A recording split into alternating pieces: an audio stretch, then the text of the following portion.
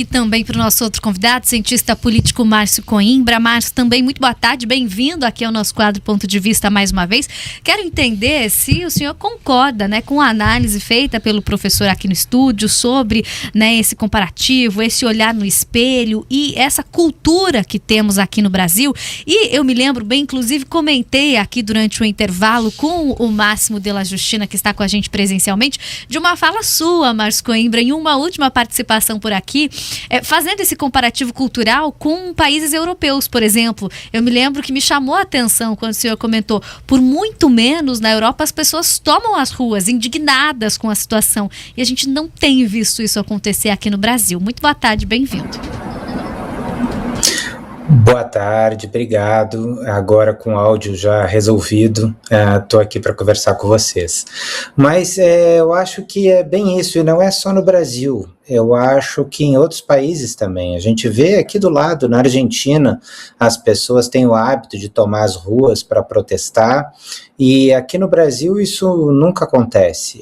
Raramente você tem protestos, e quando você tem protestos em tempos mais recentes, você tem protestos que são chamados pela oposição ou pela situação, de bolsonaristas ou de lulistas, enfim, fica naquele fla-flu. Ninguém se indigna contra algo premente que está diante dos nossos olhos. Por exemplo, vamos pegar a questão do Banco Master, né? O Banco Master não é um escândalo da direita, nem da esquerda, nem do centro. Ele é um escândalo de todos os poderes, de todos os grupos políticos. A gente está diante de um processo que tem entranhas mais profundas que a Lava Jato. Então, e a população não vai se indignar diante disso.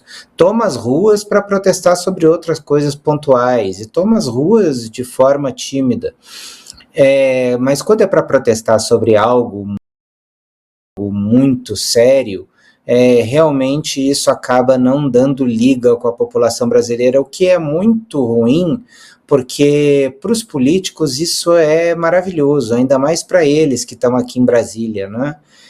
Político tem medo de povo na rua, ponto, é isso.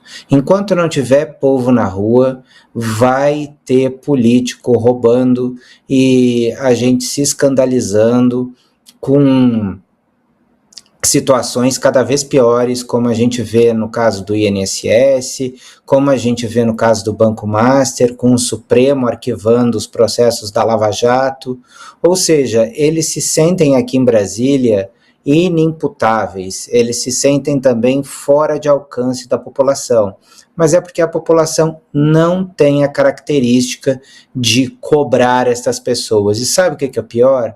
O pior é que vai chegar o final do ano agora, que vai ter eleição, esse pessoal todo vai ser reeleito, porque afinal de contas o vulto de emendas que está na mão dos parlamentares é muito grande. Nós vamos ver um dos congressos, talvez com a maior taxa de reeleição da história.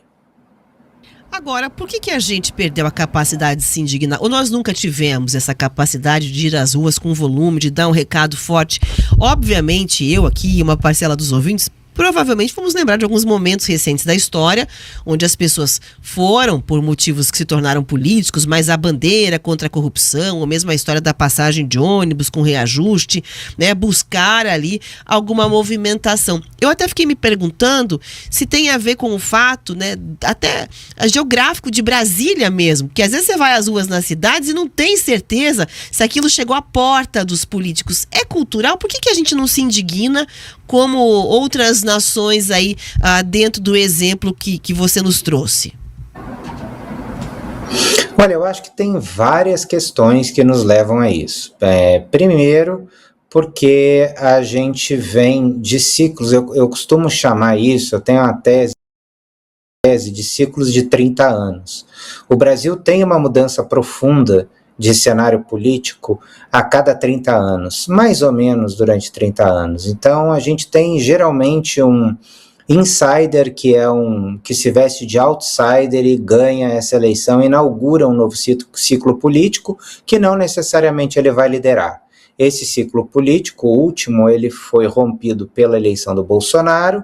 a outra anterior pela eleição do Fernando Collor, antes do Jânio Quadros, antes pela tomada do poder do Getúlio e antes pela proclamação da República. Então, mais ou menos a cada 30 anos, o Brasil tem esse recomeço, essa ruptura. Então, isso dá algum alento, alguma sensação de você ter mudado as coisas, o que pode ajudar um pouco. Mas também a gente precisa levar em conta que essa última geração, não essa mais jovem, mas essa geração que já está no comando do país, em postos de comando, ela é uma geração que ela foi criada dentro do regime de 64. Então, a gente tem ali pessoas que não foram acostumadas com a democracia, com a liberdade, em exercer essa sua cidadania nas ruas, porque, afinal de contas, a gente vivia num regime militar, num estado de exceção. Então, esse pode ser um dos fatores, mas com certeza outros fatores estão localizados no baixo nível educacional, também é um outro fator muito importante dentro desse aspecto, e ele vem se acentuando e piorando nas últimas décadas. Ele piorou durante o regime militar, ele piorou também agora durante a redemocratização, ou seja, o Brasil ele vem com um déficit muito grande educacional, também um déficit nutricional para as crianças que não conseguem ter capacidade para depois desenvolver o raciocínio quanto mais velhas, ou seja,